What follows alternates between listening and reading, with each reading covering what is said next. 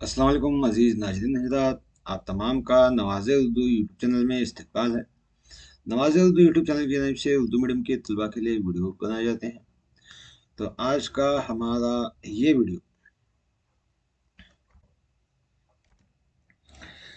Karnataka TET 2024 paper 1 में EVS के questions सवाल को आज हम हल कर रहे हैं। यहाँ पर हर सवाल को क्या है, उसके ऑप्शंस के ज़ैली ऑप्शंस के जो भी हैं उसके ऑप्शंस उसको भी तफसीलन हम बताया गया है। ये इस तरह से इसलिए किया गया है कि आने आगे आने वाले इम्तिहानात में वही सवालात के तस्वुर पर, यानी उसी ऑप्शंस की बुनियाद पर दूसरे भी सवालात निकाले जा सकते हैं। तो इसलिए क्या है, हमने उसके तमाम ऑप्शंस की तफसीलन वजाहत इस वीडियो में की है। तो इस वीडियो को अगर आप पहली बार देख रहे हैं तो लाइक, शेयर, सब्सक्राइब करना, सबसे पहले सब्सक्राइब करना मत भूलिएगा और लाइक शेयर भी कीजिएगा। इससे क्या है, हमें हिम्मत अफजाई मिलेगी और मज़ीद वीडियो करने में क्या है, हमें खुशी होगी, ताकि हम और आपकी खिदमत कर सकें। तो चलिए अब हम क्या है, इस सवाली पर्चे को हल करने की कोशिश करेंगे।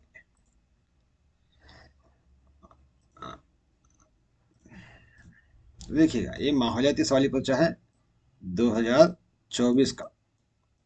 ये माफ करिएगा,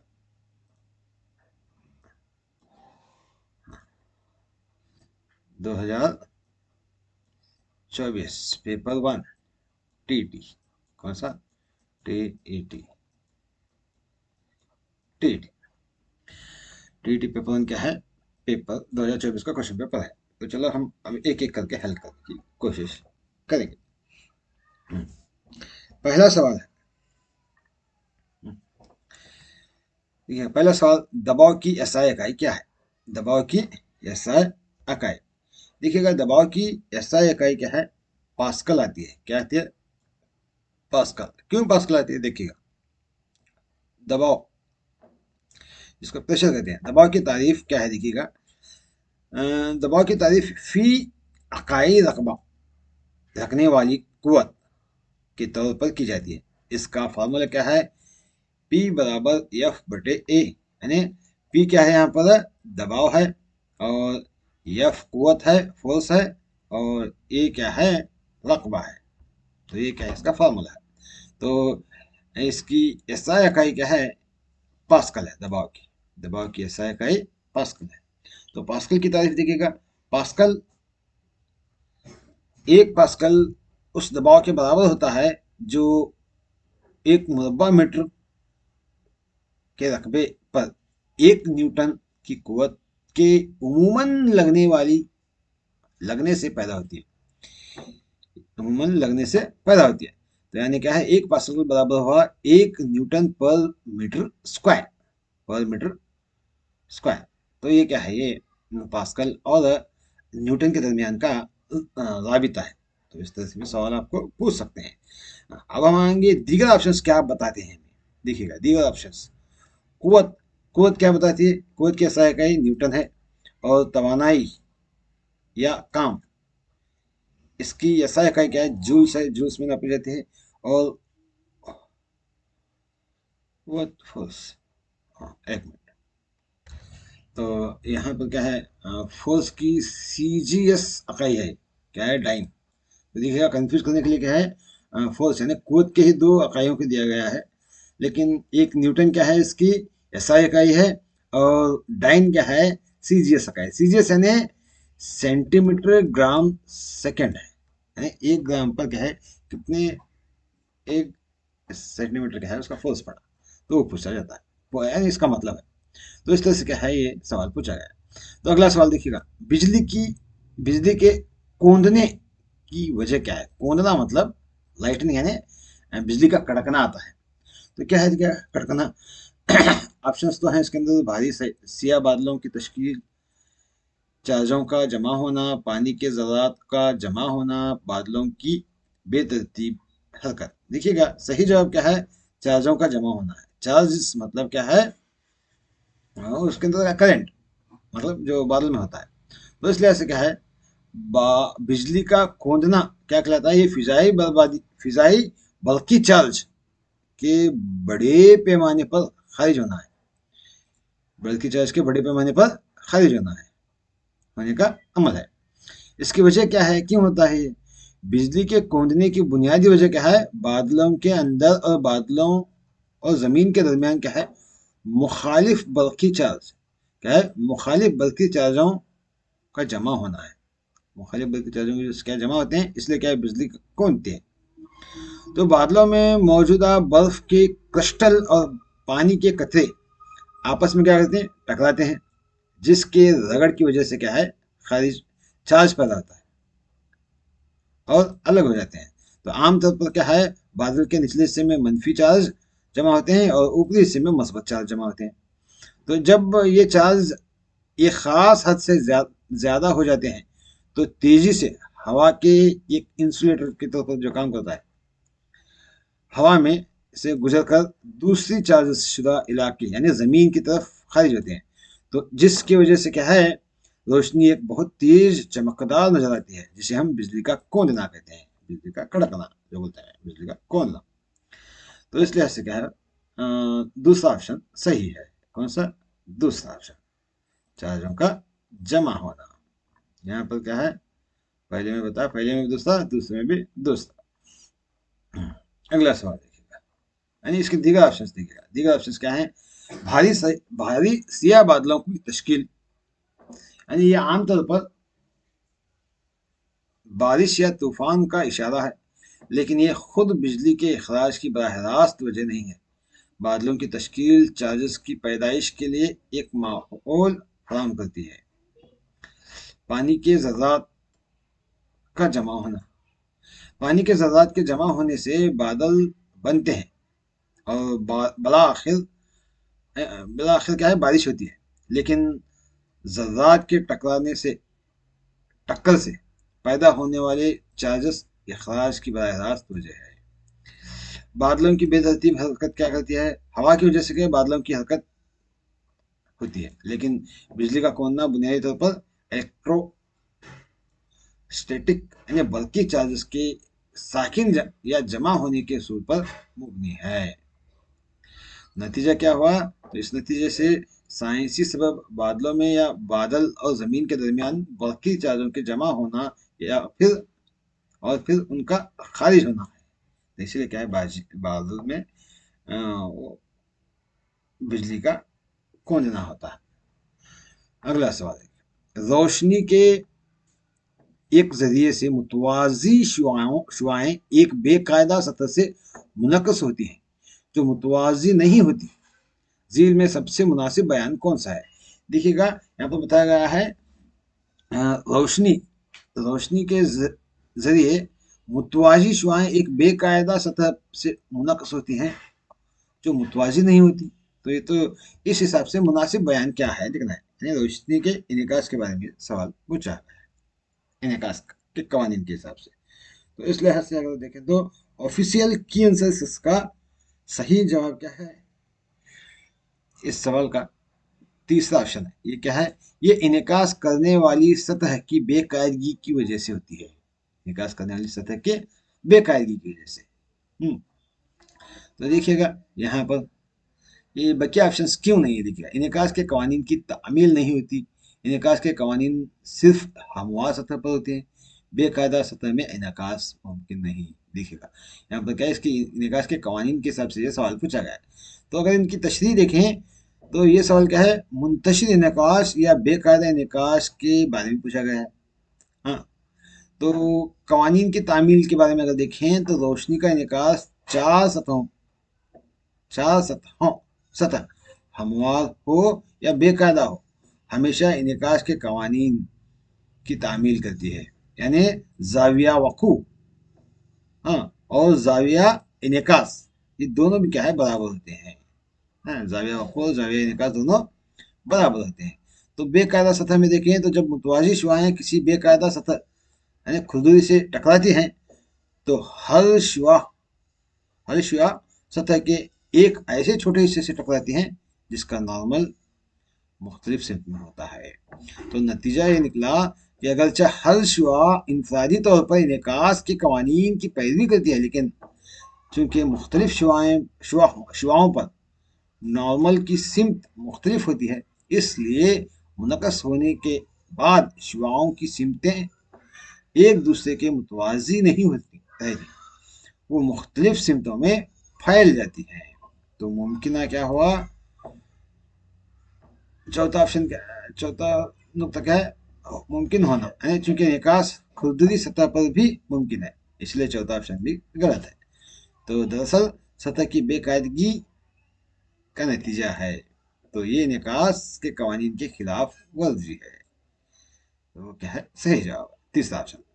अगला सवाल देखिए, आवाज की बुलंदी है सुर का निसार क्या है, वसत और तअद्दुद यानी तवा तवातिर करना, सिर्फ तअद्दुद और वसत, सिर्फ वसत, सिर्फ तअद्दुद। तो देखिएगा इसके अंदर क्या है सही जवाब क्या है। तो 24 का सही जवाब क्या है, औसत और तअद्दुद यानी तवातिर है। तो सही जवाब है, क्यों सही है देखिएगा। आवाज की दो अहम खुशियात हैं, बुलंदी और सुर। बितरतीब मौज की दो जिस्मानी खुशियात हैं, यानी औसत और तअद्दुद। मौज की दो खुशियात हैं और आवाज की दो खुशियात हैं। तो इस लिहाज से अगर हम देखें तो आवाज के बारे में देखेंगे पहले, आवाज और वसत के बारे में। आवाज और वसत के बारे में, आवाज की बुलंदी का इन्हिसार आवाज की मौज की वसत पर होता है। आवाज की बुलंदी का इन्हिसार उसकी मौज के बुलंद आवाज की बुलंदी का इन्हिसार मौज की वसत पर होता है। और ज्यादा वसत अगर है तो इसका मतलब क्या हुआ, ज्यादा तवानाई, यानी लिहाजा ऊंची आवाज होगी ज्यादा वसत हो तो। और कम वसत इसका मतलब क्या हुआ, कम तवानाई खारिज होती है, यानी लिहाजा धीमी आवाज होती है। अगर सुर और तद्दुद की बात करें तो सुर और तद्दुद की, तो यहाँ पर आवाज के सुर यानी आवाज कितनी बार बारीक या मोटी हो, सुर यानी आवाज मोटी है या बारीक है जाहिर करती है सुर का मतलब। इसके अनुसार आवाज की मौज की तद्दुद की फ्रिक्वेंसी पर होती है, यानी ज्यादातर फ्रिक्वेंसी, ज्यादा तद्दुद का मतलब है तेज या बारीक सुर, तेज या बारीक सुर। कम तद्दुद इसका मतलब क्या है, मध्यम या मोटा सुर, मध्यम या मोटा सुर। ये तेज या बारीक सुर क्या है, खास करके औरतों और बच्चों में होती है। और मध्यम या मोटा सुर क्या है, मर्दों की आवाज या शेर का दहाड़ना, ये तमाम क्या है इसमें आती है। तो इस सवाल के मुताबिक क्या है सवाल में सबसे पहले बुलंदी का जिक्र है, फिर क्या है सुर का जिक्र है। तो इस लिहाज से वसत और तद्दुद इसका सही जवाब है। देखिएगा पहले बुलंदी है बाद में सुर है, इसलिए पहले वसत और बाद में तद्दुद। देखिए यहाँ ऑप्शंस में हमें जवाब देने के दौरान तद्दुद और वसत, वसत और तद्दुद दो तरह से है। पहला ऑप्शन वसत और तद्दुद है, दूसरा ऑप्शन तद्दुद और वसत है। तो इसलिए इससे क्या है, पहले कौन सा पूछा गया है उस लिहाज से उसी को पहले रखना, दूसरे के नंबर का दूसरा रखना। इस तरह से क्या है, हालांकि दोनों भी सही हो सकते हैं, लेकिन उसके मुकाम के लिहाज से हमें क्या है ऑप्शन का सही इंतखाब करना है। तो कभी कभार गलती में मालूम होने के बावजूद भी क्या है, हमें सही जवाब के बजाय गलत जवाब टिक कर कहते हैं। तो इसलिए क्या है, जवाबात को टिक करने के दौरान ध्यान से होशियारी से टिक कीजिएगा, क्योंकि एक एक माह का समय बहुत कीमती होता है। अगला सवाल देखिए, अगला सवाल क्या कहता है, हाँ, एक हमवार आईने के सामने 5 सेंटीमीटर के फासले पर एक शय रखी गई है। अगर शय को आईने की तरफ 1 मीटर मुंतकिल किया जाए तो शोभा मतलब इमेज यानी उसका साया के दरमियान का फासला क्या है, पूछ सकते। हाँ, फासला क्या है, तो 4 सेंटीमीटर, 10 सेंटीमीटर, 8 सेंटीमीटर, 5 सेंटीमीटर। देखिएगा यहाँ पर शय यानी ऑब्जेक्ट का आईने से फासला, डिस्टेंस ऑफ ऑब्जेक्ट, हमेशा शोभा यानी इमेज का आईने से फासला यानी डिस्टेंस ऑफ इमेज के बराबर होता है। ये फॉर्म उसूल है इसका, दोनों के बराबर होता है। तो ये दोनों क्या है, बराबर हो गए। Distance of object and distance of image is equal to.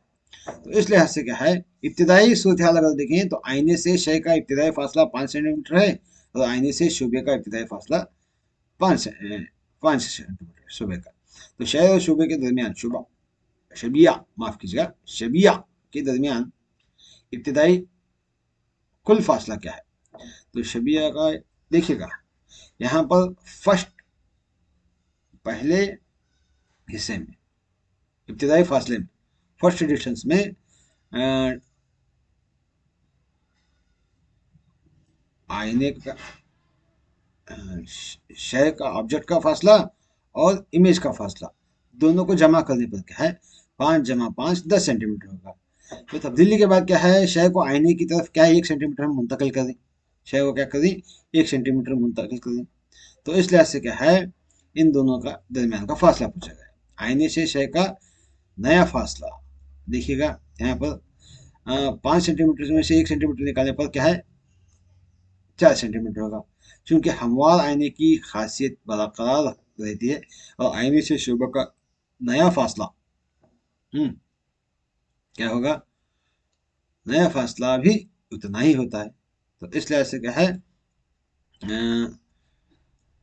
Image और शय का दोनों का दरमियानी फासला 4 सेंटीमीटर है।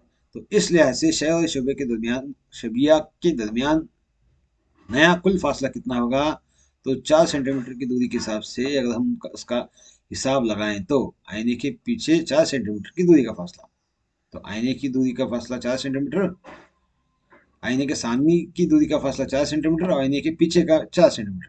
अगर इन दोनों को जमा करें तो क्या है, यहाँ पर हमें 8 सेंटीमीटर आएगा। देखिएगा यहाँ पर क्या है 8 सेंटीमीटर सही जवाब है। तो इसमें यहाँ पर देखिएगा 4 सेंटीमीटर भी लिखी, हम क्या करते हैं 5 में से 1 निकालते तो चलो 4 होगा आपको देती, लेकिन सही जवाब क्या है 8 है। तो इसलिए क्या है, इसी पर क्या है दूसरा सवाल भी पूछ सकते हैं, इसलिए इस फार्मूले को याद रखिएगा यहाँ पर। हाँ, तो क्या करना है, फार्मूले को याद रखना है, याद रखिए। तो पहले क्या क्या क्या करना है, तो इसको सही तरीके से देख लीजिएगा, देख कर क्या है सही तरीके से समझ लीजिए। अगला सवाल, उन सैयारों के जोड़ की शनाख्त कीजिए जो मशरिक से मगरिब की तरफ गर्दिश करते हैं। हाँ देखिए, Zohra Uranus, Zohra मिश्तरी Uranus, ज़ोहल Uranus अतार। हाँ, तो सही जवाब क्या है, ज़ोहरा और यूरेनस है, ज़ोहरा और यूरेनस। हाँ, तो बाकी है क्यों नहीं, देखिएगा देखिएगा आम गर्दिश क्या है, रोटेशन निज़ाम शमसी के ज़्यादातर सैयारे जिनमें ज़मीन भी शामिल है मगरिब से मशरिक की तरफ घूमते हैं, जैसे मगरिब से मशरिक की तरफ, जिसे क्या है तरक्की पसंद गर्दिश कहते हैं। क्या कहते हैं, तरक्की पसंद गर्दिश, प्रोग्रेड रोटेशन। तो इस हरकत की वजह से जमीन पर सूरज मशरिक से तुलू होता है, वो होता है और मगरिब में गुरूब होता है। तो उल्टी गर्दिश यानी जिसे रुजत पसंद गर्दिश कहते हैं, तो ये निज़ाम शमसी में सिर्फ 2 सैयारों में होता है ये बात, जो मुखालिफ सिमत में यानी मगरिब मशरिक से मगरिब की तरफ घूमते हैं, जिसे हम रुजत पसंद गर्दिश कहते हैं। तो वो कौन से हैं, ज़ोहरा और यूरेनस है, ये दोनों क्या है, ज़ोहरा और यूरेनस है। इस ज़ोहरा और यूरेनस की मजीद मालूमात देखें तो ये बहुत सुस्त रफ्तार से मशरिक से मगरिब की तरफ घूमता है। अगर कोई ज़ोहरा पर खड़ा हो तो सूरज मगरिब से तुलू होता है और मशरिक में गुरूब होता हुआ नजर आता है। देखो ऐसा भी सवाल कर सकती हूँ, आप किस सैयारे में खड़े हो जो, तो सूरज मगरिब में तुलू होता हुआ नजर आता है, तो ऑप्शंस दे सकते हैं ज़ोहरा यूरेनस करके, तो याद रखिएगा ऐसा भी सवाल आता है। तो ये भी मशरिक से मगरिब की तरफ घूमता है, लेकिन इसकी एक और मुनफरद खुसूसियत यह है कि अपने अंदर तकरीबन 98 डिग्री के जाविये पर झुका हुआ है, जिसकी वजह से क्या इसे कदे पर लटका हुआ, कदे पर लटका कुर्रे पर माफ कीजिएगा कुर्रा आना है, बोला था, एक जिसमें हाँ तो खुर्रे पर लटका हुआ दिखाई देता है। तो लिहाजा ये जो दिए गए हैं मशरिक से मगरिब की तरफ गर्दिश करने वाले सैयारे देखें तो वो क्या है, ज़ोहरा और यूरेनस है। अगला सवाल, किसी जिस्म को हालत सुकून से हालत हरकत में लाने में दरकार कुव्वत, हालत सुकून से हालत हरकत में लाने वाली कुव्वत कौन सी है? तो यहाँ पर चार रगड़ बताए गए हैं, मुतहरिक रगड़, गर्दिशी रगड़, फिसलवान रगड़, सुकूनी रगड़। तो कौन सी है? तो यहाँ पर क्या है, वो सही जवाब क्या है, सुकूनी रगड़ है, जो हालत सुकून से हरकत में लाने में दरकार कुव्वत कहलाती है। देखिएगा सुकूनी रगड़ क्यों है, देखिए क्या है, ये वो कुव्वत रगड़ है जो किसी जिस्म को हालत सुकून में रखती है, हालत सुकून में रखती है। सवाल क्या देखिए, तो देखिए क्या है, तो ये वो कुव्वत रगड़ है जो किसी जिस्म को हालत सुकून में रखती है। जब हम किसी साकिन जिस्म पर कुव्वत लगाते हैं तो ये क्या करती है, ये रगड़ की कुव्वत हमारे लगाई गई कुव्वत का मुकाबला करती है ताकि जिस्म को हरकत से रोक सके, जिस्म को हरकत से रोक सके।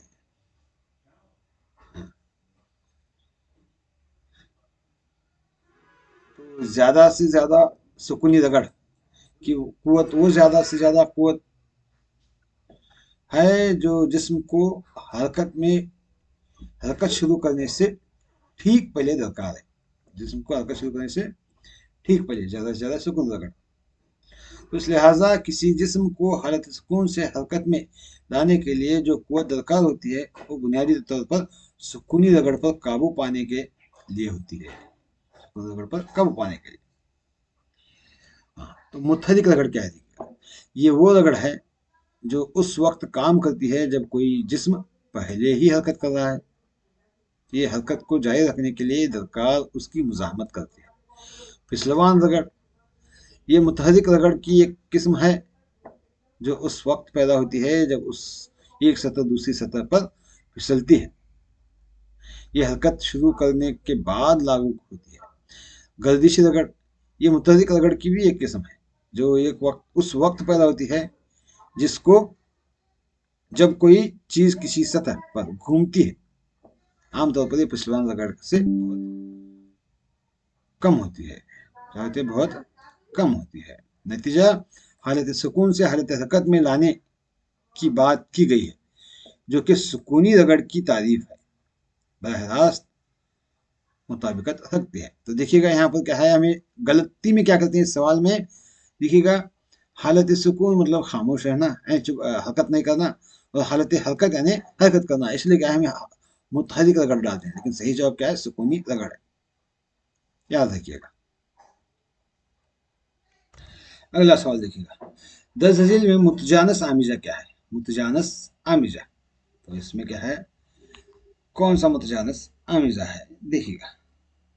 तो सही जवाब ऑफिशियल की आंसर के लिहाज से कौन सा है, सही जवाब क्या है, सल्फर और कार्बन डाइऑक्साइड है। देखिएगा मुतजानस आमिजा क्या है, पहले इसके बारे में जानेंगे। एक ऐसा आमिजा है जिसके अज्जा एक दूसरे में मुकम्मल तौर पर घुल मिल जाते हैं और आमिजे की साख्त और खुसूसियात हर जगह एकसा होती है, इसे आमतौर पर महलूल कहते हैं, कहा जाता है, क्या कहते हैं, महलूल कहा जाता है। हाँ, तो नाहमवार आमिजा, इसका जिद क्या है, नाहमवार आमिजा यानी एक ऐसा आमिजा जिसके अज्जा अलहदा अलहदा देखे जा सकते हैं, इसकी साख्त और खुसूसियात पूरे आमिजे में एक साथ नहीं होती, उसे नाहमवार आमिजा बोलते हैं। ये मुतजानस आमिजा और नाहमवार आमिजा, इस बार मुतजानस पूछा गया है, अगले बार नाहमवार पूछ सकता है, जिसे अंग्रेजी में क्या है, हेट्रोजीनियस मिक्सचर बोलते हैं, याद रखिएगा अंग्रेजी में। आपको मैं एक सलाह देता हूँ कि अगर सवाल आपको उर्दू में समझ में ना आए तो आपके सवाली परिचय में इंग्लिश वर्जन भी होता है, उसको भी क्या है, आप खोल कर देख सकते हैं, समझ सकते हैं, क्योंकि ऑप्शंस भी वही होते हैं, वही तरतीब से होते हैं। थोड़ा इंग्लिश वर्जन भी खोल कर देखिएगा ताकि आपको समझ में आ सके, अगर समझ में ना आए तो। हाँ, या कन्नड़ा वर्जन, कन्नड़ा ईजी है तो कन्नड़ा भी देख सकते हैं। दिए गए ऑप्शंस के मुताबिक देखें तो सल्फर और कार्बन डाइऑक्साइड, सल्फर और कार्बन डाइऑक्साइड क्या है में मुकम्मल तौर पर हल हो जाता है, सल्फर कार्बन डाइऑक्साइड में मुकम्मल तौर पर हल हो जाता है, एक साफ एकसा महलूल बनाता है, लिहाजा ये क्या है मुतजानस आमिजा है। तो इस लिहाज से पहला ऑप्शन सही होगा। रेत और नमक ये दोनों भी नहीं मिलते, ये दोनों ठोस अज्जा हैं जो आपस में नहीं मिलते, इनके ज़र्रात अलग अलग देखा जा सकता है, एक ना हमवार मुतजानस ना हमवार आमिजा है।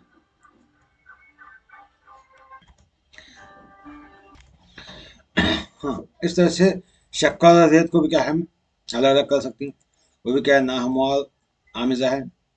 तेल और पानी ये भी क्या है नहीं मिलता, ये भी क्या है लेयर की शक्ल में दोनों अलग अलग होते हैं। हाँ, तो ये भी ना हमवार आमिजा है। नतीजे में क्या है सल्फर और कार्बन डाइऑक्साइड क्या है ये ऐसे अज्जा हैं जो मुतजानस आमिजा कहलाते हैं। तो अगला सवाल, कैंसर के इलाज में इस्तेमाल होने वाला आइसोटोप कौन सा है? देखिएगा यहाँ पर कोबाल्ट एक ऐसा आइसोटोप है जो कैंसर के इलाज में इस्तेमाल होता है। कोबाल्ट क्यों, देखिएगा कोबाल्ट 60 क्या है, कोबाल्ट 60 कैंसर के इलाज में जो आइसोटोप सबसे ज़्यादा इस्तेमाल होता है कोबाल्ट 60 है।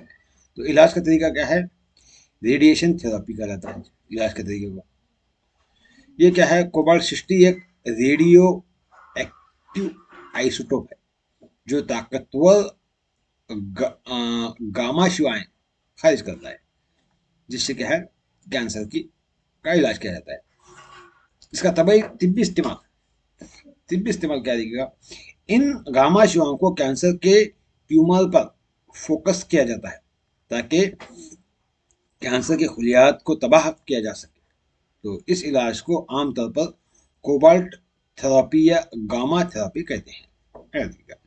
दीगर ऑप्शंस के अगर हम देखें तो आयोडीन 31, आयोडीन का आइसोटोप क्या है, thyroid gland gland thyroid gland की बीमारी जिसे ग्वाइटर या थायराइड कैंसर के इलाज में इस्तेमाल होता है। और यूरेनियम क्या है, जोहरी रिएक्टर्स यानी जोहरी हथियारों में ईंधन के तौर पर इस्तेमाल करते हैं यूरेनियम को। और कार्बन का इस्तेमाल आर्कियोलॉजी में यानी कदीम अशिया की उम्र का तयन करने के लिए इस्तेमाल करते हैं, जिसे C14 कहते हैं।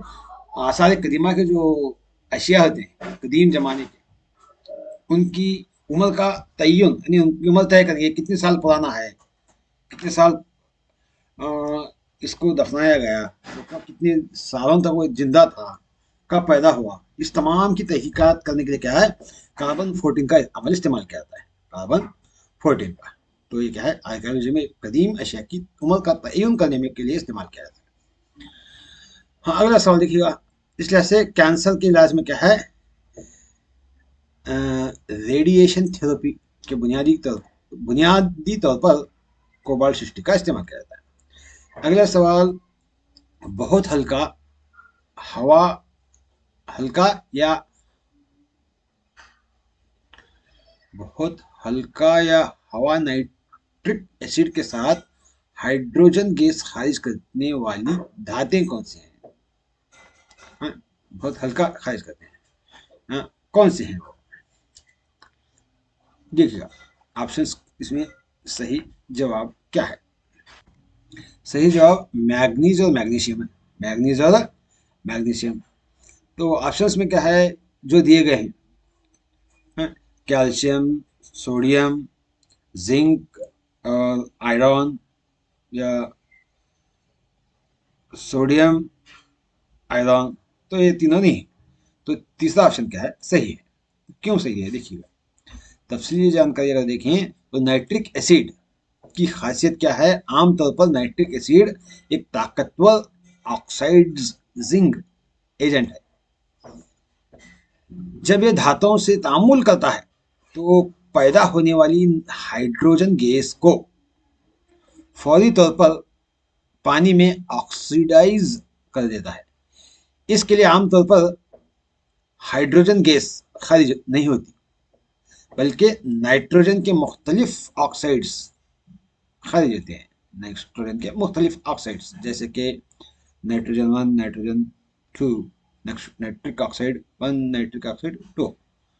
हाँ, तो इस लिहाज से क्या है, इस्तेस्ना एक्सेप्शनल क्या है कि देखिएगा, तो हम धाते हैं जो बहुत हल्के नाइट्रिक एसिड के साथ तामुल करने पर हाइड्रोजन गैस क्या है, खारिज करने वाली गैस खारिज करने वाली है। वो कौन से हैं, मैग्नीशियम और मैग्नीज हैं। जब नाइट्रिक एसिड बहुत हल्का होता है हो तो ये अपनी ऑक्साइडिंग खासियत खो देता है और इन धातुओं के तामुल से साथ इन धातुओं के साथ आम एसिड की तरह तामुल करता है, जैसे कि आप यहाँ पर इस फार्मूले में देख सकते हैं। कह सकते हैं, देख सकते हैं। हाँ, यहाँ पर क्या हाइड्रोजन गैस खारिज, हाइड्रोजन गैस खारिज होती है। हाँ,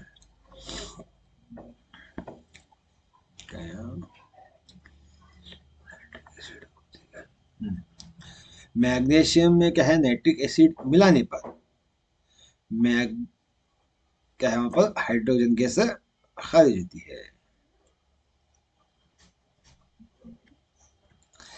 दीगर ऑप्शंस की अगर देखें तो यहाँ पर क्या है, आयरन, जिंक, कैल्शियम और सोडियम या तो नाइट्रिक एसिड की तमाम इर्तिकाज के साथ नाइट्रोजन गैस नाइट्रोजन के ऑक्साइड्स देते हैं, या फिर अगर वो बहुत ज़्यादा रिएक्टिव हैं तो नाइट्रिक एसिड की शिद्दत की वजह से दीगर मौजूद बनाते हैं।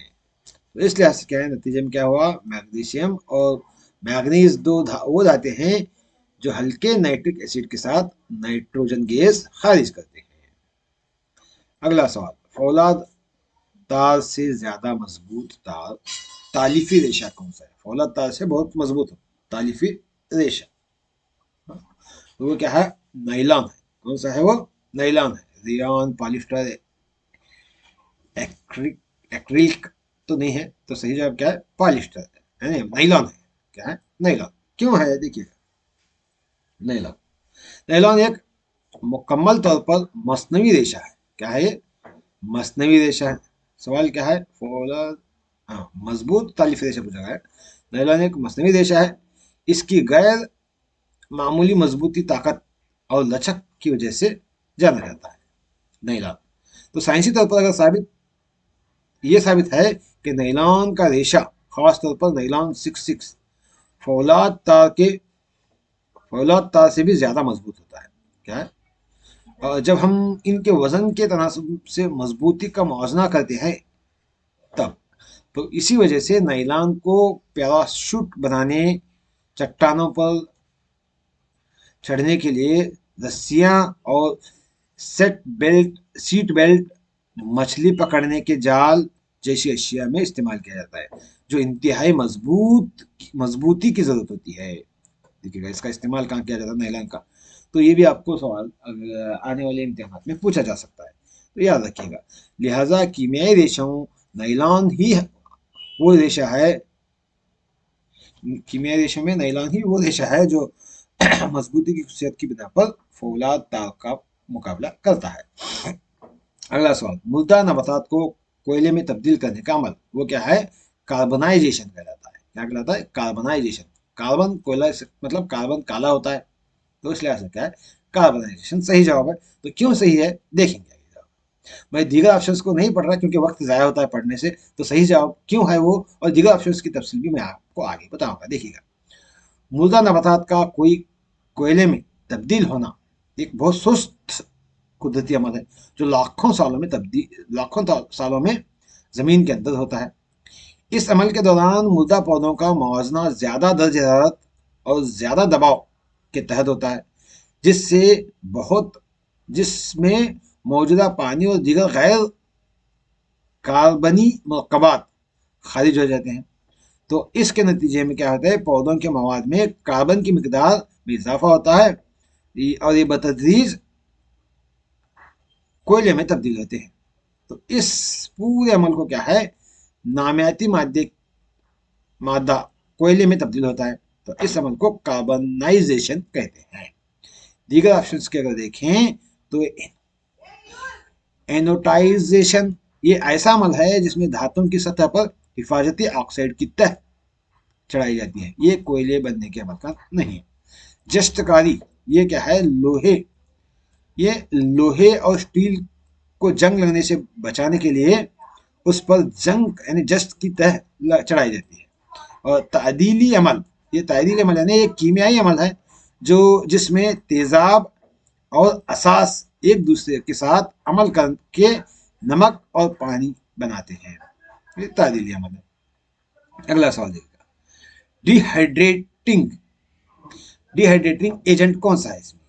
हाँ, डिहाइड्रेटिंग एजेंट कौन सा है देखिएगा। तो ऑफिशियल की आंसर्स की अगर हम बात करें तो सही ऑप्शन क्या है, H2SO4 है। H2SO4 क्यों दिखा, डिहाइड्रेटिंग एजेंट का तो क्या देखेंगे पहले, ये एक ऐसा कीमियाई मादा होता है जो दूसरे मरकबात या मादों में पानी के सालिमात को निकालने या जज्ब करने की सलाहियत रखता है। इसे डिहाइड्रेटिंग एजेंट कहते हैं। तो सल्फ्यूरिक एसिड H2SO4 को केमिकल्स का बादशाह कहा जाता है क्योंकि ये एक बहुत ताकतवर डिहाइड्रेटिंग एजेंट है। बहुत ताकतवर डिहाइड्रेटिंग एजेंट है। ये ऐसी खुशियत की वजह से, ये इस खुशियत की वजह से जानी जाती है कि ये चीनी, कागज और लकड़ी जैसे नामियाती मरकबात से पानी को इंतहाई मौसर तरीके से निकालता है और खालिश कार्बन छोड़ देता है, जिससे वो चीजें काली हो जाती हैं, जिससे क्या होती है, काली हो जाती है। तो इसलिए क्या है, सही ऑप्शन क्या है, सल्फ्यूरिक तुलसा, जिसे सल्फ्यूरिक एसिड बोलते हैं। तो दीगर ऑप्शन की अगर हम बात करें तो हाइड्रोक्लोरिक एसिड एक मजबूत तेजाब है, लेकिन इसमें पानी जज्ब नहीं करने की वो ताकतवर खासियत नहीं है जो सल्फ्यूरिक एसिड में पाई जाती है। और नाइट्रिक एसिड हम देखें तो नाइट्रिक एसिड ये भी एक मजबूत तेजाब है। हाँ, हाँ। और अगला ऑप्शन क्या है, कार्बोनिक एसिड, ये एक कमजोर तेजाब है। क्या है, कमजोर तेजाब। हरारती, अगला सवाल, हरारी कीमत की एसआई इकाई क्या है? देखिएगा, हरारी कीमत की एसआई इकाई क्या है, किलो जूल्स पर किलोग्राम है। किलो जूल्स पर किलोग्राम है।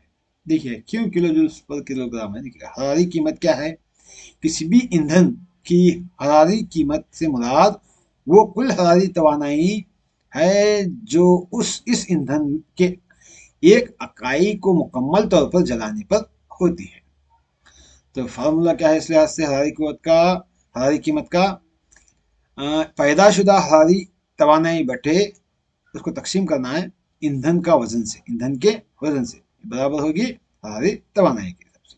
तो इसकी एसआई इकाई की अगर तश्कील करें तो एसआई यूनिट में हरारी तवानाई की यूनिट क्या है, जूल्स या किलो जूल्स है। हाँ, एसआई यूनिट में वजन या कमियत की यूनिट क्या है, किलोग्राम है। क्या है, किलोग्राम है। तो लिहाजा हरारी कीमत की एसआई इकाई क्या हो गई, जूल्स फी ग्राम या किलो जूल्स फी किलोग्राम होगी। जूल्स फी ग्राम है, किलो जूल्स। हम ऑप्शन में अगर ये होना एक है तो ये होना एक, तो इस लिहाज से क्या है, यहाँ पर क्या है, ऑप्शन में ये है किलो जूल्स किलो पर किलोग्राम। तो इसलिए क्या है, third one is the right answer. दीगर ऑप्शन की अगर बात करें तो जूल्स क्या है, सिर्फ तवानाई का यूनिट है, ऐसा इकाई है। और न्यूटन क्या है, कुव्वत की ऐसा इकाई है। और केल्विन क्या है, ये दर्जे हरारत की ऐसा इकाई है। अगला सवाल, गेहूं की रस्ट गेहूं की रस्ट नामी बीमारी पैदा करने वाली खुरदुजे कौन से हैं? गेहूं की रस्ट। तो हुकूमत के हिसाब से यानी ऑफिशियल की आंसर इसके अंदर कौन सा है? वो क्या है, फंजी है। कौन सा है, फंजी है। फंजी क्यों है, दिगर क्यों नहीं है, देखिएगा। गेहूं की रस्ट ये गंदम की फसल को मुतासिर करने वाली एक बहुत आम तबाहकुन बीमारी है। तो इसके अलामत क्या है, इस बीमारी में पौधों के पत्तों और तनों पर जंग आलूदा नारंगी या भूरे रंग के धब्बे नमूदार होते हैं, दिखते हैं, जो जंग से मुतासिर होते हैं। तो वजह क्या है, ये बीमारी फंजी की मुख्तलिफ अकसाम की वजह से होती है, जिनका ताल्लुक आमतौर पर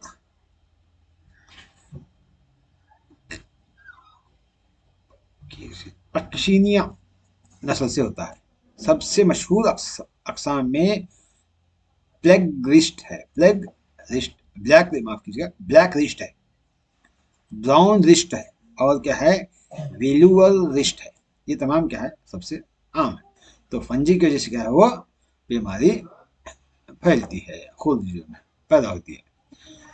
तो इस लिहाज से क्या है, फंजी का किरदार बहुत अहम हो गया यहाँ पर। तो सही जवाब फंजी हो गया। तो अगला सवाल है, क्या सिर्फ नबाताती खुलिये में पाए जाने वाले उज़्वे उज़्वे ये हैं।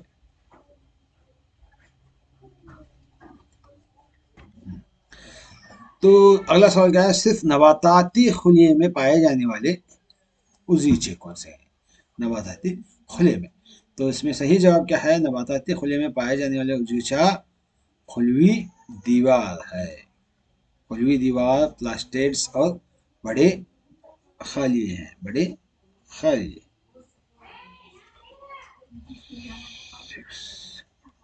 तो सही जवाब हो गया दूसरा ऑप्शन। क्यों, देखिएगा, नबाताती खुलिये और हैवानी खुली में बुनियादी फर्क पौधों की अपनी मुनफरद खूबसूरत की वजह से है। हाँ, तो अहम उज़्वे जो सिर्फ क्या है,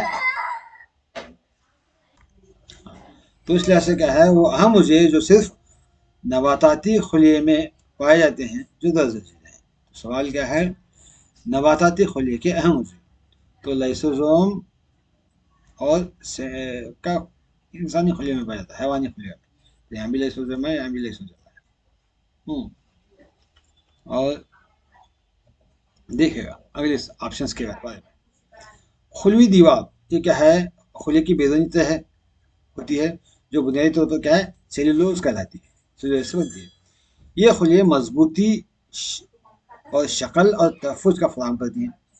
तो हैवानी खुलियों में क्या है, खुली दीवार नहीं होती। हाँ, तो खुली दीवार नहीं होती हैवानी खुलियों में, सिर्फ नबाताती खुलियों में पाई जाती है।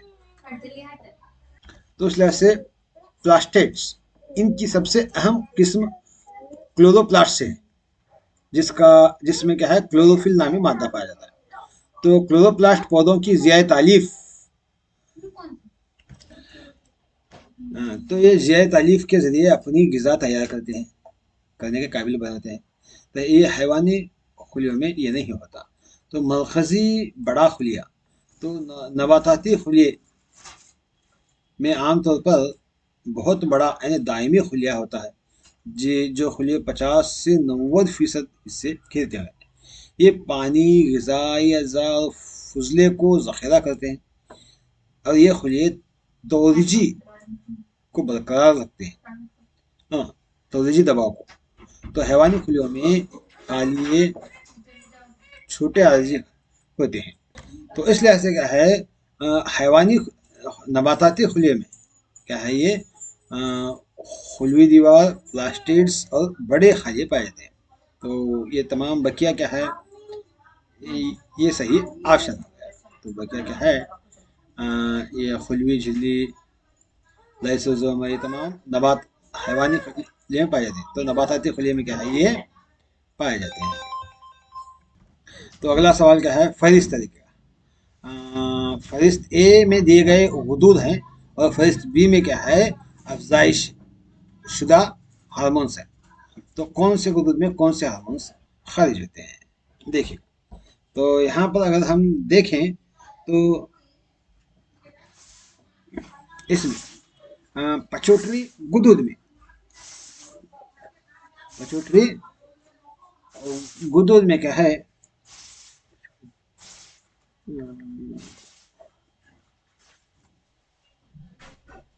ग्रोथ हार्मोन्स होते हैं। कौन से? ग्रोथ हार्मोन्स पचोटरी गुदुद में। और लबलबे में, लबलबे में क्या है, लबे में इंसुलेशन होते हैं, इंसुलिन होते हैं। और टेस्टिस में, टेस्टिस में क्या है, एस्ट्रोजन होते हैं। और बैजादान में क्या है, माफ कीजिएगा, और एक मतलब देखिएगा यहाँ पर, तो पिट्यूटरी गुदुद में, पिट्यूटरी गुदुद में क्या है, ग्रोथ हार्मोन्स होते हैं। हाँ, ग्रोथ हार्मोन्स होते हैं। और लबलबे में, लबलबे में क्या है, ये इंसुलिन, इंसुलिन होते हैं। और टेस्टिस में टेस्टो टेस्टोस्टेरोन होते हैं।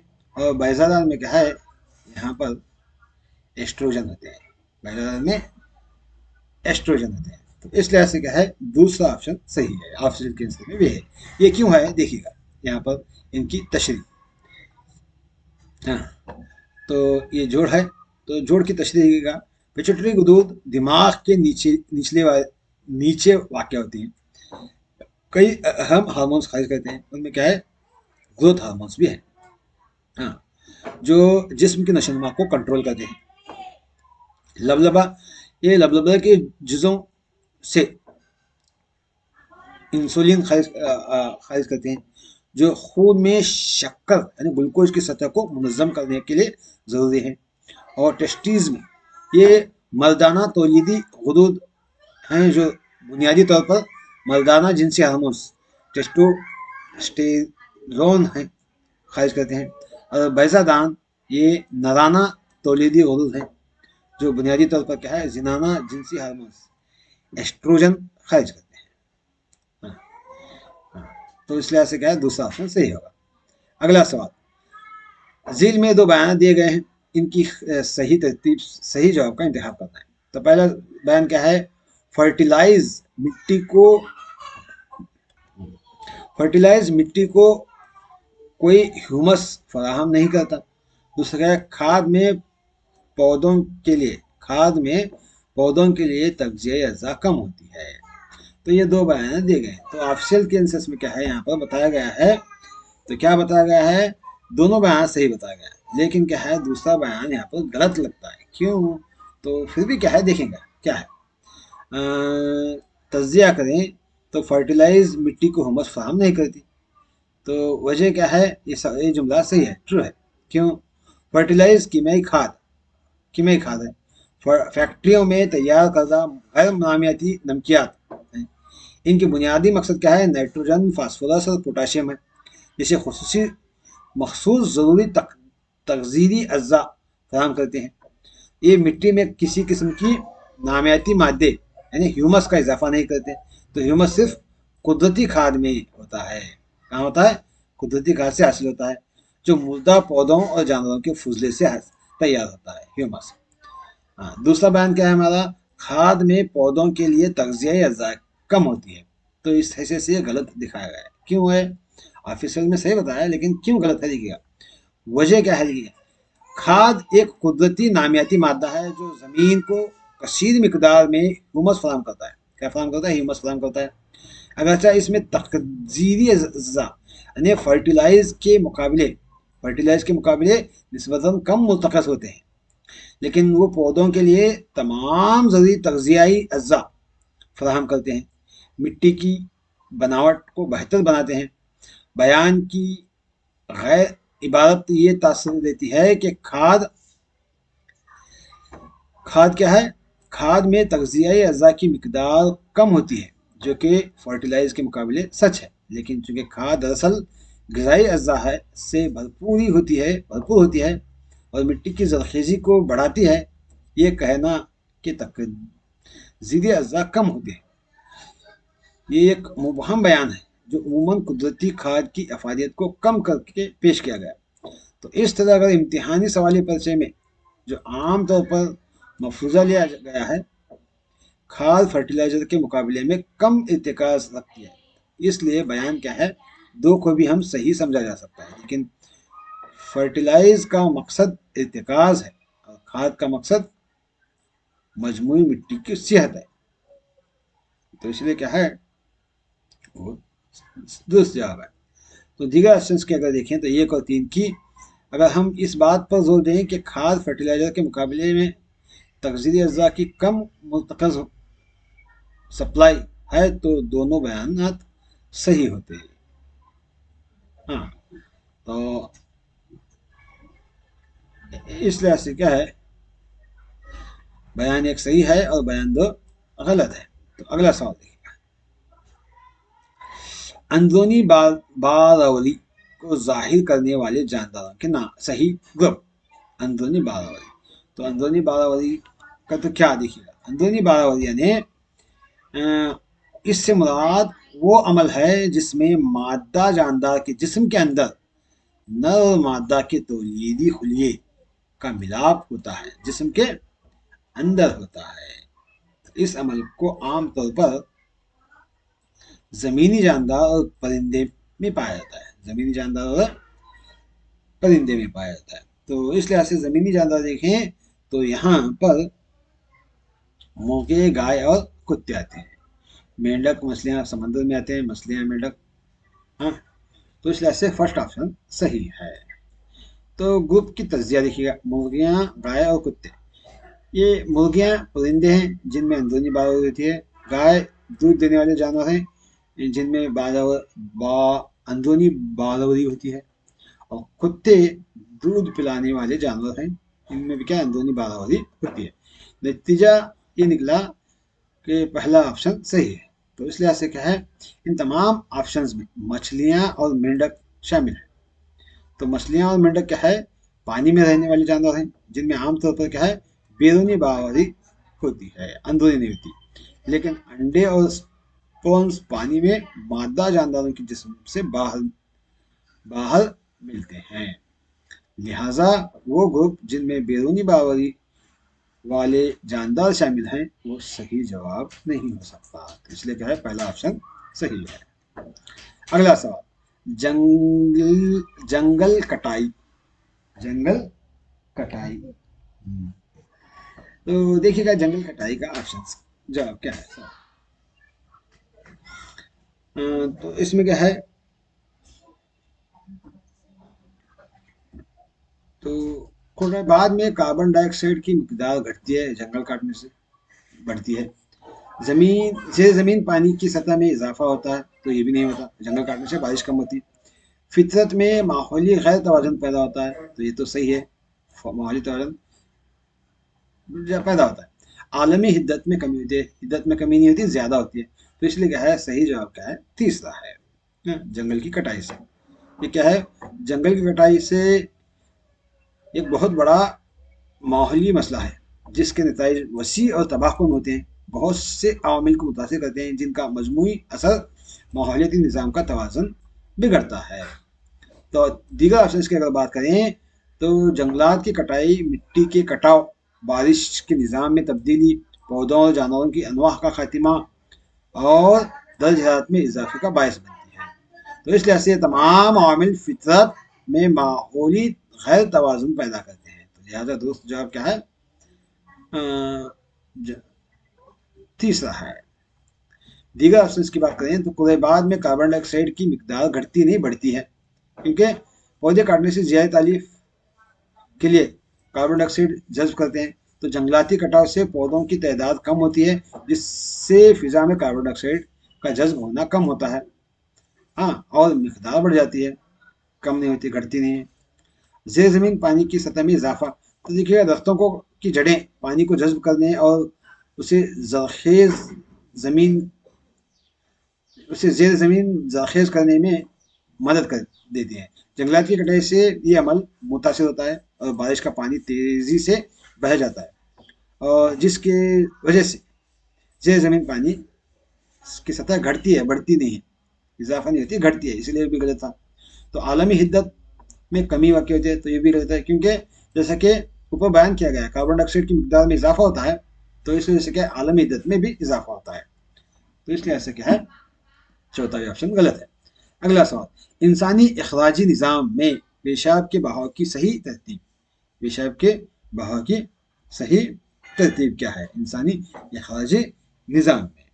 तो यहाँ पर देखिएगा, गुर्दे सबसे पहले क्या है, गुर्दे से क्या है वो यूरेटर में जाते, पेशाब की नली में जाता है, और यूरेथ्रा से बाहर निकलता है। तो चौथा ऑप्शन सही है।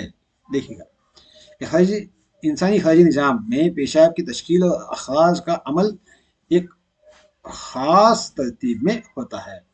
गुर्दे से होकर यूरेट्रा में जाता है, उसके बाद पेशाब की नली में जाता है, हाँ, जिसे मसाना कहते हैं।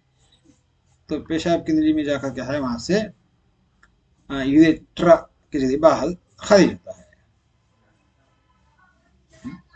तो इसके बारे में आप मजीद देख सकते हैं। इस तरह पेशाब के बहाव की सही तरतीब क्या है, ऑप्शन 4 हो गए। अगला सवाल, घास और खुर्द हैवानात में सेलुलोज का हाजिमा यहाँ होता है, कहाँ होता है? घास और खुर्द उजलात के खुर हैवान, घास खोर हैवान, माफ कीजिएगा, घास खोर हैवान में सेलुलोज का हाजिमा तो रोमन और सिक्किम में होता है, रोमन और सिक्कम, सिक्कम सिक्किम में, रोमन सिक्किम में होता है। देखिएगा, घास खोर हैवान जैसे गाय, बकरी, भेड़ बकरी के हाजिमे की खुसियत यह है कि उनमें घास में मौजूदा सेलुलोज को हजम करने की सलाहियत होती है, जो इंसानों में नहीं पाई जाती। ये अमल दो अहम है, नहीं होती। तो रोमन्स रोमन क्या है, रोमन जगल जगाली करने वाले जानवर हैं, जैसे गाय भेड़ के मैदे का सबसे बड़ा हिस्सा कहलाता है।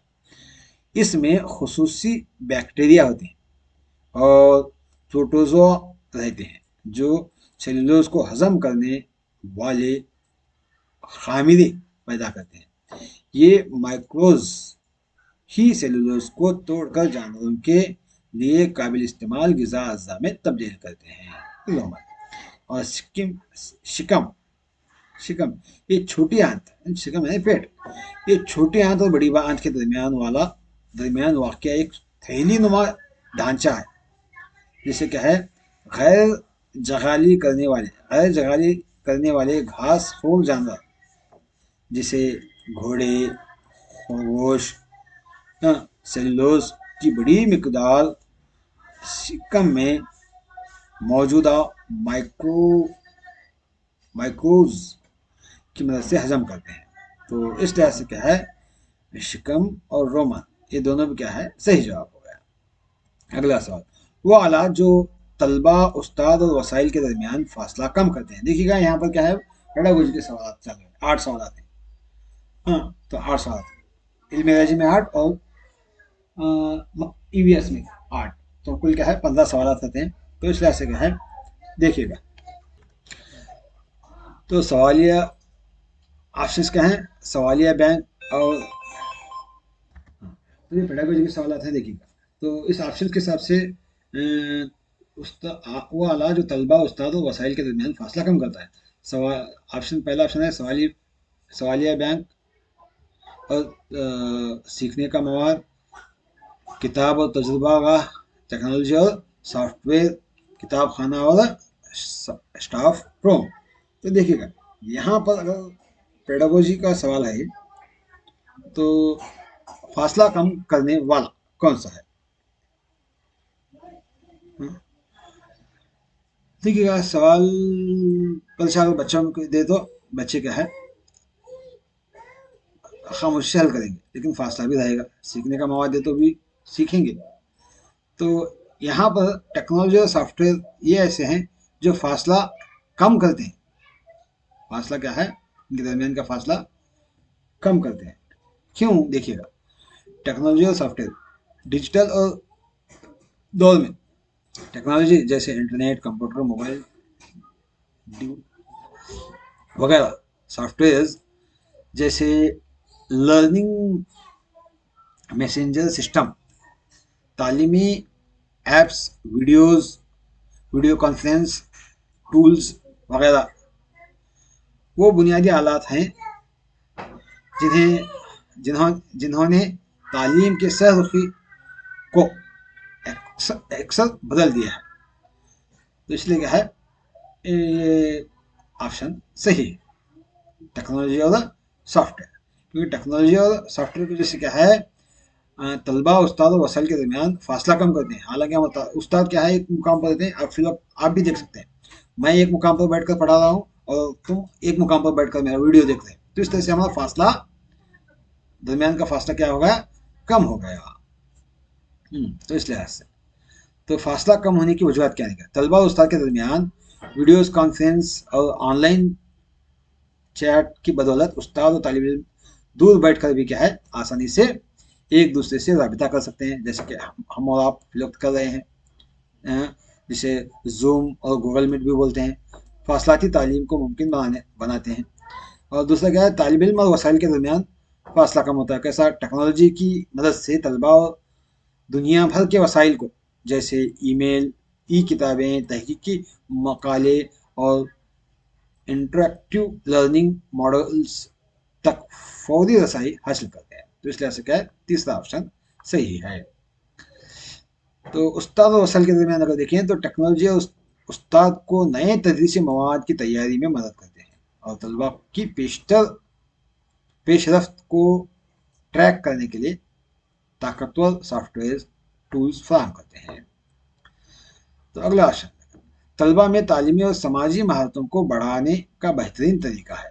तलबा में तालीमी और समाजी महारतें, देखिएगा यहाँ पर मसला हल करने का तरीके से क्या है, सिर्फ समाज के साथ नहीं, तलबा क्या है, अपने दोस्तों अहबाबों के साथ हल करता है। तनकीदी सोच से खुद एकला सोचता है। और बाहमी ताउन एक ऐसा अमल है, बाहमी ताउन के साथ सीखने का तरीका क्या है, तालीमी और समाजी महारतों को बढ़ाता है। बाहमी ताउन, एक दूसरे की मदद करना, तो इसलिए क्या है, तीसरा ऑप्शन सही है। देखिएगा, बाहमी ताउन के बारे में, इस तरीके में तलबा छोटे मतनू ग्रुप में काम करने के लिए मुनज़्ज़म किया जाता है ताकि मुश्तरका तालीमी मकसद हासिल हो सके। तो समाजी महारतों का इजाफा, देखिएगा समाजी महारतों का इजाफा होता है इसमें, बाहमी ताउन में। यानी जब तलबा एक साथ काम करते हैं तो उन्हें बाहमी जीत, हाँ, बाहमी बातचीत, एक दूसरे की बातें सुनना और तनाज़ात को हल करना और अपना हिस्सा डालना जैसी महारतें सीखने का मौका मिलता है। तो ये महारतें ग्रुप वर्क में होती हैं। तो इस लिहाज से तालीमी महारतों में इजाफा होता है। कैसा, एक दूसरे को मुश्किल तस्वुरात समझाने, मुख्तलिफ नुक्ते नज़र पर बात करने से तलबा मवाद को ज़्यादा गहराई से समझते हैं। तो ग्रुप मेम्बरान की मदद से मसला हल करने की सलाहियत बढ़ती है। तो इस लिहाज से और मालूमात को याद रखने की सलाहियत भी बेहतर होती है। ये क्या है, सही ऑप्शन है। दीगर ऑप्शन की अगर हम बात करें तो मसला हल करना और तनकीदी सोच, ये दोनों क्या है, तरीके बेहतरीन तालीमी महारतें हैं तो हैं, लेकिन क्या है, बाहमी ताउन के लिए क्या है, मौका फराहम नहीं करते और समाजी महारतें भी इससे नशोनुमा नहीं पाते। तो चौथा ऑप्शन क्या है, एहतजाजी तरीका। ये तरीका एहतजाजी नहीं, माफ़ कीजिएगा, यहाँ पर क्या है, इख्तिराजी है, तो वहाँ पर टाइपिंग में थोड़ा मिस्टेक है। इख्तिराजी तरीका एक नामुनासिब तरीक़ाकार है जो किसी भी महारत की नशोनुमा में मदद करता है। तो नतीजे में क्या है, समाजी ताउन क्या है, सबसे अहम सही जवाब है। अगला सवाल, तस्वुरात नक्शा साजी की सही तरतीब, ये है नक्शा साजी की सही तरतीब। हाँ, तो तस्वुराती नक्शा साजी का की सही तरतीब, यहाँ पर क्या है, तजरीदी पेशकश, तजवीजी मरहला, इतलाक और इख्तिताम आता है। तो सही ऑप्शन क्या है? दूसरा ऑप्शन सही है। क्यों? देखिएगा, तस्वुराती नक्शा साजी, तस्वुराती नुक्ता साजी नहीं, नक्शा साजा, मैपिंग आ रहा है, मिस्टेक, टाइपिंग में मिस्टेक है। कॉन्सेप्ट ऑफ मैप बनाने का अमल आमतौर पर नोवाक और गोविन के तरीक़ेकार पर मुबनी है, जो इल्म की तंजीम और नुमाइंदगी का एक तरीका है। इस अमल के मराहिल मंतकी तौर पर है। पहला तजरीदी पेशकश है। तजरीदी पेशकश क्या है? तजरीदी पेशकश देखिएगा, ये तस्वुराती नक्शा आगाज है।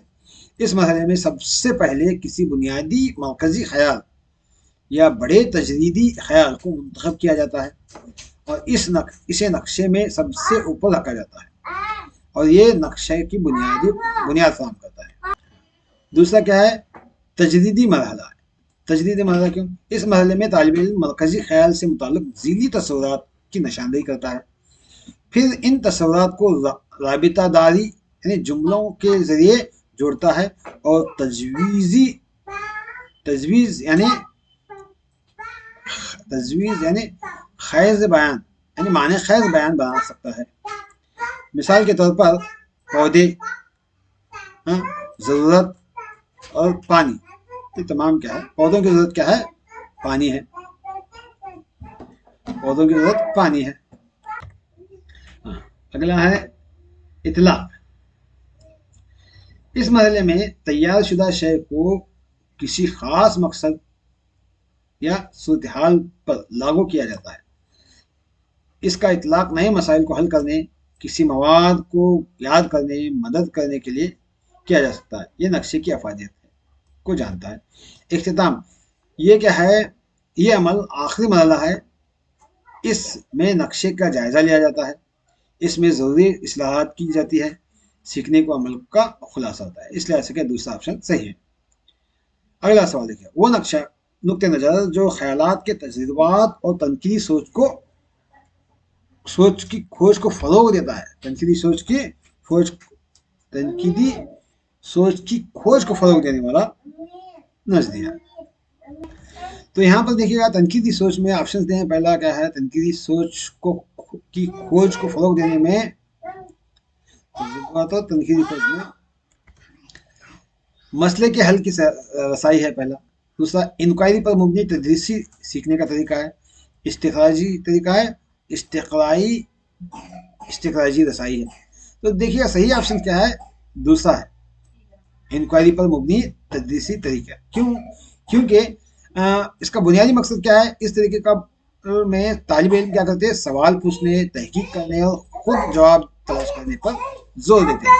और दूसरा क्या है मकसद इसका? तनकीदी सोच पैदा होती है। के साथ जब तालिब इल्म किसी सवाल का जवाब तलाश करने के लिए मालूमात जमा करता है तो उनका तज्जिया करता है, मुख्तलिफ नज़रिए का जायजा लेता है, तो ये अमल बराह रास्त उसकी तनकीदी और तज्जियाती सोच को फरोग देता है। इसे तज्जियाती सोच को, तजुर्बाती सोच को माफ करें, तज्जिया है, तजुर्बा आना था। हाँ, तो तजुर्बात देखिएगा, इस तरीके कार में तालिब इल्म तजुर्बाती तौर पर नए ख्याल और हक़ाइक़ को दरियाफ्त करता है, जिससे उसकी ज़ाती फ़हम और तजुर्बा गहरा होता है।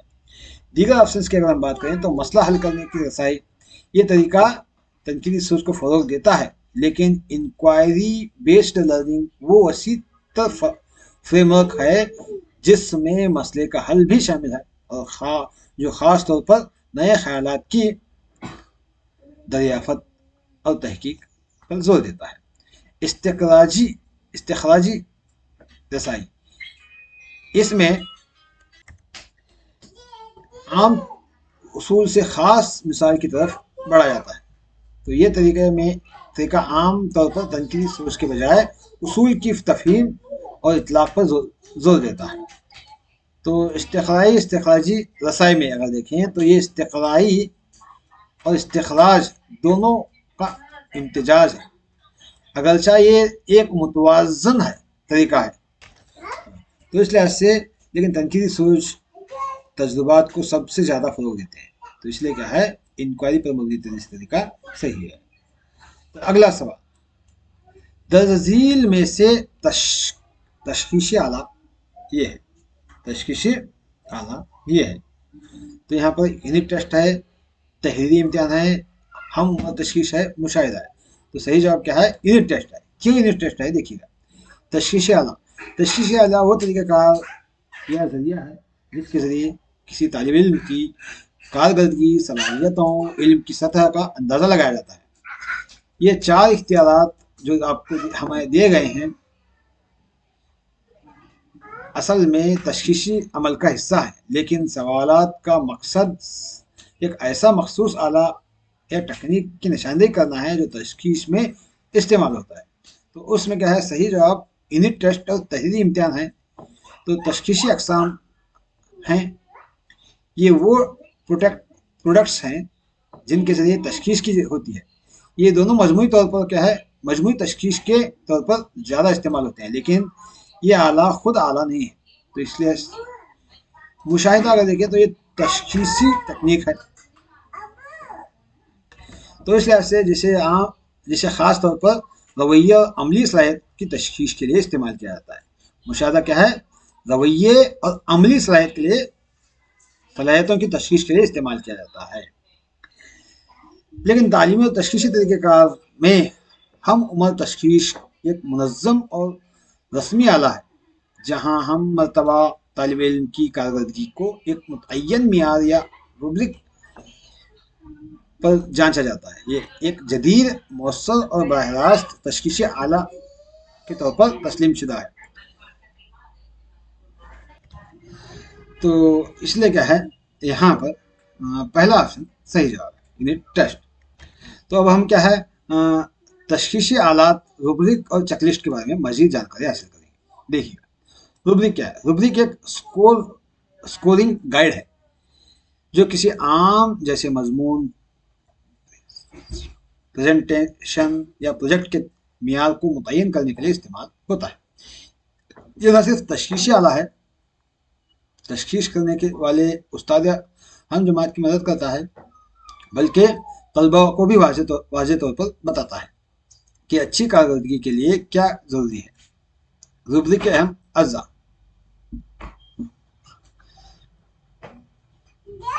जुज़, मियार। रुब्रिक का पहला जुज़ मियार है।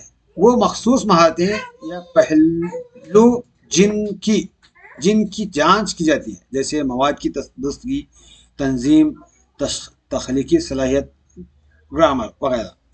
दूसरा क्या है? जो सतहें हैं, यानी कारकर्दगी की मुख्तलिफ सतहें जो आमतौर पर नंबरों या अल्फाज से ज़ाहिर होती हैं, जैसे 4, शानदार 4, अच्छा के लिए 3, तसल्ली बख्श के लिए 2 और बेहतरी की ज़रूरत के लिए 1।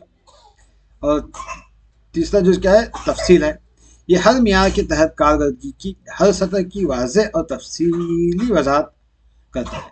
ये वो सबसे अहम जुज़ है जो बताता है कि शानदार का काम कैसा लगता है। हाँ, अब रुब्रिक का इस्तेमाल पेचीदा काम के लिए किया जाता है। कहाँ? पेचीदा काम के लिए रुब्रिक ख़ास तौर पर उन कामों के लिए मौजू है, जिनका जायज़ा लेना मौजूद हो सकता है, जैसे कि मज़ामीन, ज़ुबानी प्रेजेंटेशन और तहकीकी मनसूबा। इसके फ़ायदे क्या हैं? शफाफियत है, यानी तलबा को मालूम होता है कि कामयाबी के लिए क्या कारगर है। वाज़ेह राय भी है, यानी उस्ताद आसानी से मखसूस राय दे सकता है। मारूजी तशखीस भी हो सकती है, तशखीस को ज़्यादा मुनसिफाना और मारूजी बताता है। चेकलिस्ट के बारे में, चेकलिस्ट एक सादा तशकीली आला है जो सिर्फ ये जानता है कि आला कोई मखसूस खासियत या अमली मौजूद है या नहीं। चेकलिस्ट के अहम अज्जा देखिएगा। आइटम्स, पहला क्या है? आइटम्स वो अमाल या खुशियात जिनकी मौजूदगी की तस्दीक की जानी है, जैसे कि क्या उन्वान दिया गया, क्या हवाला जात शामिल हैं, क्या मवाद मुकर्रर है। तो मार्किंग किया जाता है यहाँ पर, यानी हाँ या नहीं, या मौजूद या गैर मौजूद, सही या गलत का निशान लगाया जाता है। चेकलिस्ट का इस्तेमाल सादा काम के लिए, सादा अमल के लिए।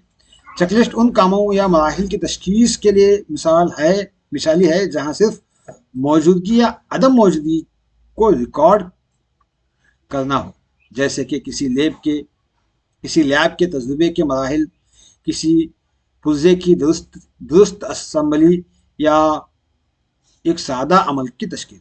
इसके फ़ायदे क्या है? सहूलत और रफ्तार मालूम पड़ती है। इस्तेमाल में तेज़ और आसान होता है। मुकम्मल होना यानी यकीनी बनाता है कि आम ज़रूरी मराहिल या अज्जा को मुकम्मल किया गया है। तो यहाँ पर इन दोनों में बुनियादी फ़र्क दिखा है, चेकलिस्ट और रूब्रिक में। मकसद क्या है? मियारी पैमाइश है, यानी प्रोजेक्ट कितना अच्छा है। चेकलिस्ट में क्या है? वजूद की तस्दीक किया जाता है, क्या काम हुआ है। जवाब में अगर देखें तो कारकर्दगी की सतहें बेहतर, औसत, कमज़ोर हैं देखी जाती है, लेकिन चेकलिस्ट में सही सिर्फ हाँ या नहीं देखा जाता है। किसके लिए बेहतर है ये भी देखा जाता है, पेचीदा है या मौजूदी काम है, यानी मजमून और प्रेजेंटेशन के लिए। और चेकलिस्ट में देखें तो सादा है या मारूजी काम है, यही देखा जाता है, यानी मराहिल अज्जा की मौजूदगी। अगला सवाल हम क्या है? जहन का एक रवैया जो तासुब और पेशगी हरकत से बचने के लिए मंतकी सोच, बहस, दलील और तज्जिये के जरिए एक खास नुक्ते नज़र और तर्ज अमल का मुतालिबा करता है। तर्ज अमल का मुतालिबा, साइंसी मुशाहिदा, साइंसी तस्वुर, साइंसी मिजाज या साइंसी रवैया। तो इसमें क्या है? सही जवाब क्या है?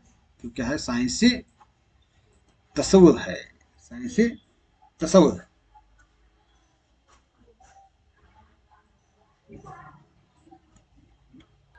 तो सही, माफ कीजिएगा, सही जवाब क्या है? साइंसी मिजाज है, साइंसी मिजाज है। लेकिन यहाँ पर क्या है? साइंसी मिजाज सही जवाब है, तो साइंसी रवैया जो के मुताबिक यहाँ पर बताया गया है। साइंसी रवैया और साइंसी मिजाज दोनों हम माने में आते हैं, लेकिन ज्यादा सही जवाब क्या है? साइंसी मिजाज है। देखिएगा साइंसी रवैया क्या है?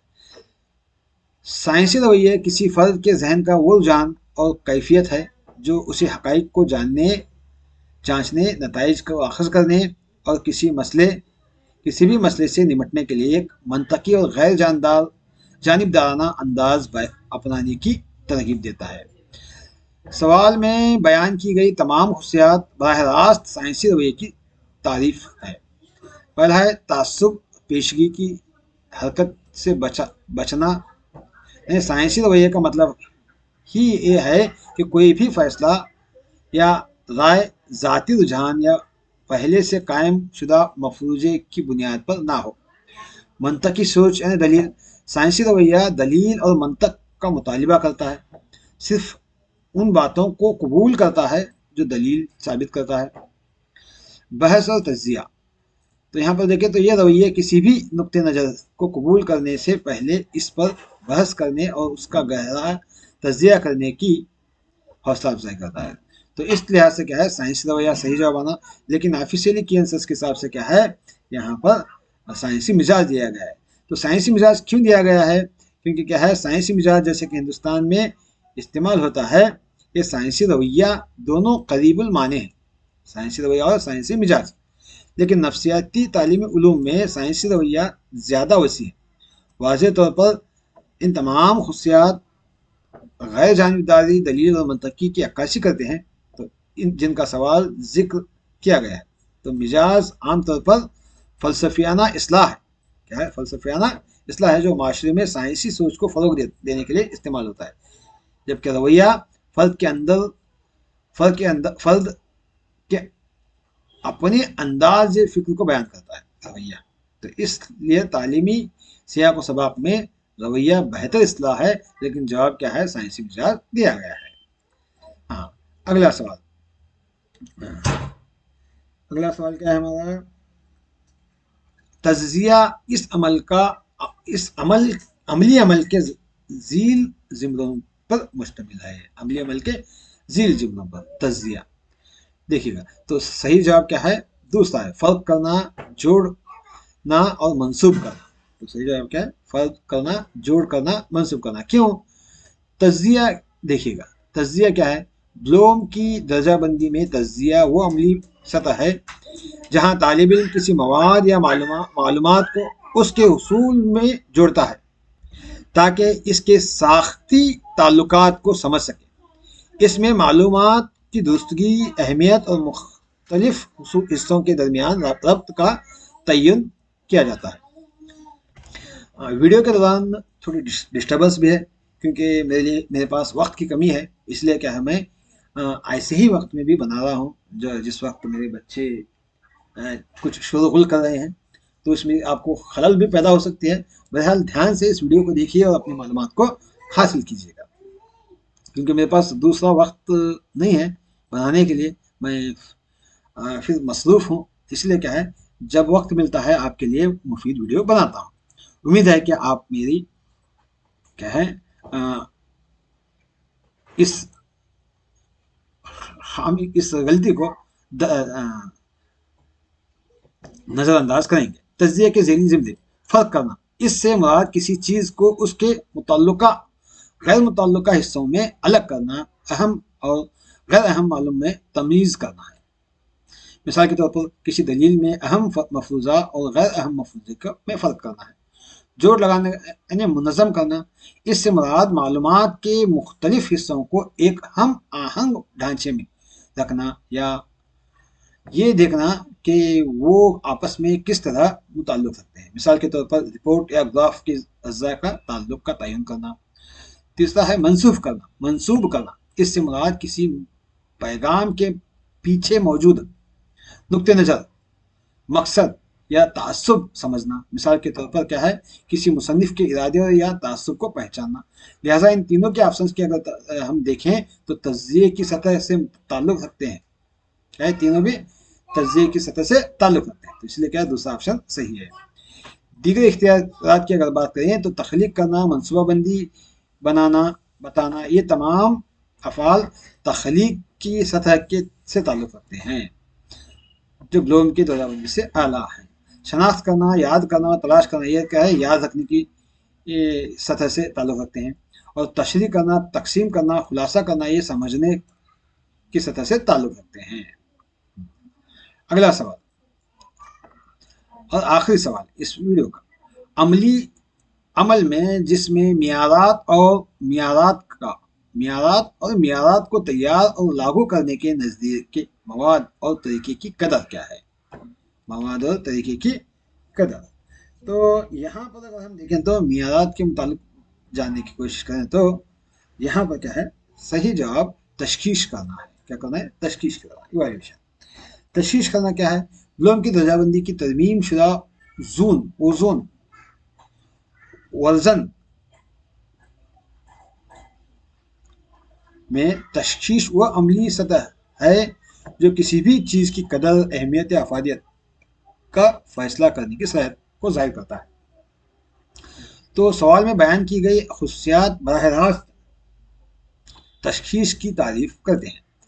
तो कुदरत कदर की जाती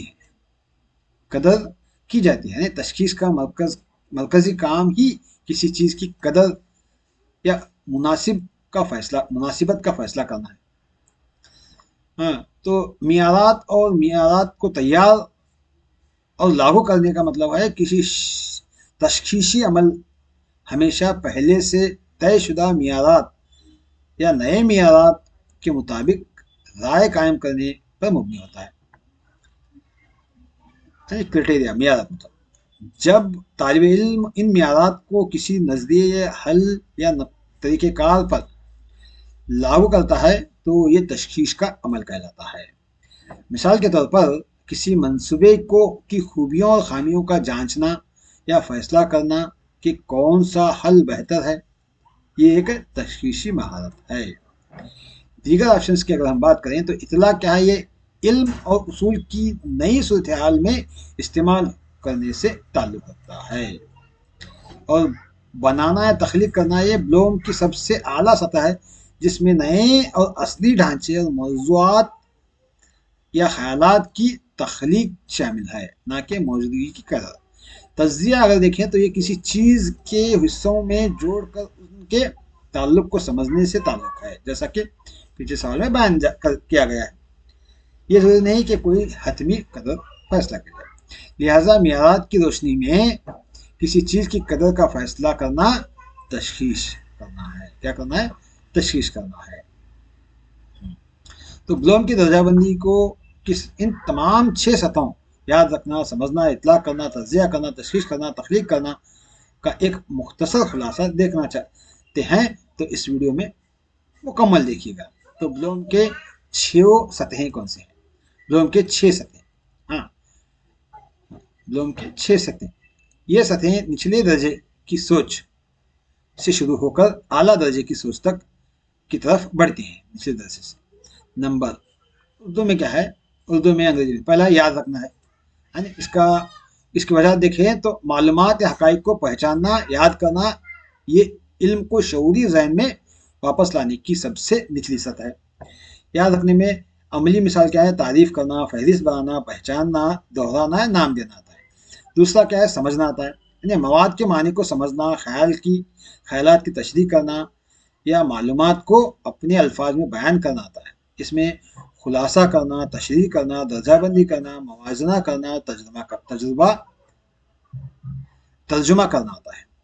और इतलाक की अगर हम बात करें तो तीसरा दर्जा सीखे हुए तस्वुरात, उसूलों या तरीक़ेकार को नई सूरत हाल में उसका इस्तेमाल करना है या लागू करना है। इसमें क्या है? हल में अगर एक मिसाल देखें तो इस्तेमाल करना आता है, हल करना, अमल दरामद करना, मुज़ाहिरा करना या हिसाब लगाना आता है इतलाक में।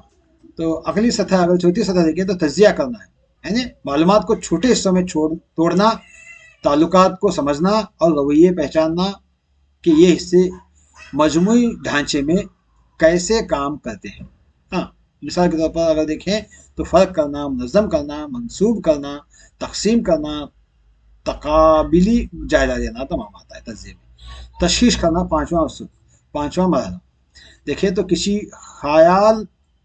ख्याल, हल या तरीक़ेकार की कदर का फैसला करना या मियारात की बुनियाद पर राय देना आता है तशकील करने में। मिसाल के तौर पर फैसला करना, दलील देना, जांच पड़ताल करना, दर्जाबंदी करना, दिफा करना आता है। आखिरी क्या है? तख्लीक करना है, यानी नए ख्यालात पैदा करने के लिए अनासिर को दोबारा तरतीब देना, एक नई मौज़ूआत, मनसूबा या ढांचा तैयार करना। ये सबसे आला सतह है तख्लीक करना। तो डिज़ाइन इसमें क्या है? मिसाल के तौर पर डिज़ाइन करना, तश्कील देना, ईजाद करना, बनाना, मनसूबाबंदी करना या लिखना वगैरह आता है। तो इस लिहाज से क्या है, ये हमारा एक वीडियो रहा। उम्मीद है कि आपको हमारा वीडियो पसंद आया होगा। व्हाट्सएप हमारे आपके सामने का स्क्रीन पर व्हाट्सएप ग्रुप का और टेलीग्राम ग्रुप का QR कोड है, इसमें स्कैन करके आप ज्वाइन हो सकते हैं मज़ीद मालूमात के लिए। मज़ीद इसी तरह की वीडियोज़ देखने के लिए नवाज़े उर्दू यूट्यूब चैनल पर बने रहिएगा। उम्मीद है कि आपको ये वीडियो फ़ायदामंद होगा। लाइक, शेयर, सब्सक्राइब करना मत भूलिएगा। फिर इंशाअल्लाह हम अगले वीडियो में मुलाकात करेंगे। अल्लाह हाफ़िज़।